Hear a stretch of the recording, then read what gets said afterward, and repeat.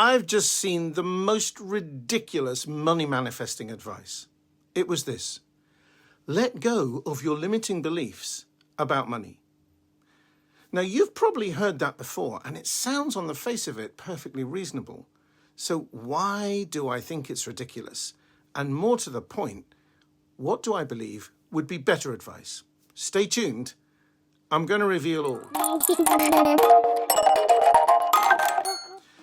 Before we dive in, if you're not already subscribed to my channel, please take a moment to hit the subscribe button so you'll know when more useful videos like this one are coming up.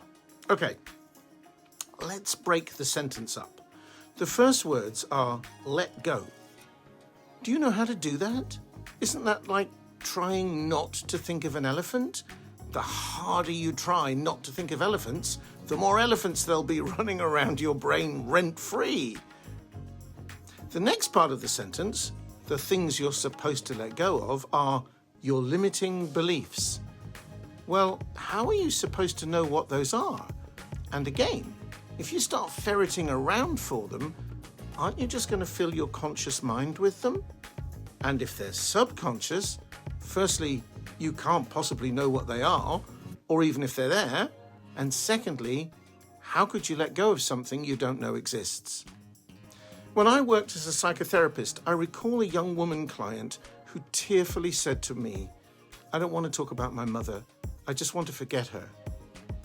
Whilst I empathized greatly with that very sad comment, the first thing I had to point out to her was that in my experience and understanding, whilst there are techniques for remembering things, to the best of my knowledge, no one has ever figured out a way to deliberately forget anything or anyone. Letting go of your limiting beliefs is about as useful an instruction as if someone had told you to forget all about your mother. No matter how much that poor woman may have wanted to, forgetting her mother wasn't an option. And neither is letting go of your limiting beliefs. Let's finish the sentence. You're advised to let go of your limiting beliefs about money. And by the way, if you're finding this video helpful, please take a moment to hit that like button. It gives me feedback that I'm on the right track with these videos, and it encourages me to make more of them for you. Anyway, back on track. Now, I suspect that we both have limiting beliefs about, let's say, unicorns. I like them well enough when I see them, but I don't believe they exist in real life. So if that's a limiting belief, then perhaps that's why I've never seen a real unicorn. And I'm going to take a punt here that when it comes to unicorns, we probably share that belief. But money? Is that meant to mean that you have limiting beliefs about the existence of coins and notes and bank accounts? Doubtful. I suspect it's directed at issues like money being a struggle to get more of, or that the only way to make money is through hard work. I suppose we could say those are limiting beliefs, but if you do harbour such thoughts about money and your ability to acquire more of it, which is really what that's about, why do we have to say they're limiting beliefs? Aren't they just beliefs? In fact, they're just thoughts. They only become beliefs if you keep telling yourself those things over and over again. And they'll only become your reality if you decide that they're true, as in, that's as real as gravity. And you know that's not the case because there are tons and tons of people who've become very wealthy indeed, yet who grew up in impoverished conditions and with what must have been incredibly limiting beliefs around money. Think of Jim Carrey, or Oprah Winfrey, or Tony Robbins, or Dolly Parton. Sarah Jessica Parker, star of Sex and the City, recalls a time during her childhood when her family couldn't afford to pay the phone bill or electricity. I'm going to put forward a hypothesis here which you can test for yourself. It's this: limiting beliefs are not causing you to not manifest money. It's holding on to them and then acting as if they're real that does the lasting damage. So, what can you do if you're struggling to manifest money? Well, let's go right back to the beginning of that instruction that I said was ridiculous advice.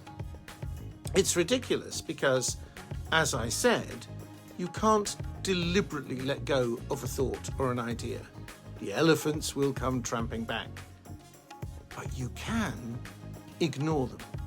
In other words, let them come and go as they please. If you've ever lived with a cat or know someone who has a cat, treat your thoughts like that. They come in, they go out. Sometimes they stay and feed and generally make their presence felt. Other times they're just dormant and go to sleep. All you have to do is let them be, and they'll quieten down all by themselves. Letting go is actually effortless. If you try to do it on purpose, you might as well try jumping and staying in the air. The next thing that happens is even more miraculous. When you let your mind go quiet by ignoring all your worries and beliefs, limiting or otherwise, about money, new thoughts, ideas and impulses will show up. Yep, about ways to get money. Opportunities open up too. And yes, sometimes money does show up out of the blue. I've had that happen many times, but I can't tell you that it's reliable. But new thoughts and ideas, as one of my favourite authors likes to say, those are 100% reliable and 99% unpredictable. When they do come, act on them. They are mental treasure maps. So that's it. Of course, in a short video, there's only so much I can tell you, but if you'd like more of my manifesting tips, and I assure you they're not rehashes of the same old yada yada you usually get, then check out my free training, which I've cheekily called How to Manifest a Ferrari. It's okay, it still works even if you don't want a Ferrari. I'll put the link on the screen and also in the description below this video. Thanks for watching. See you next time on this channel.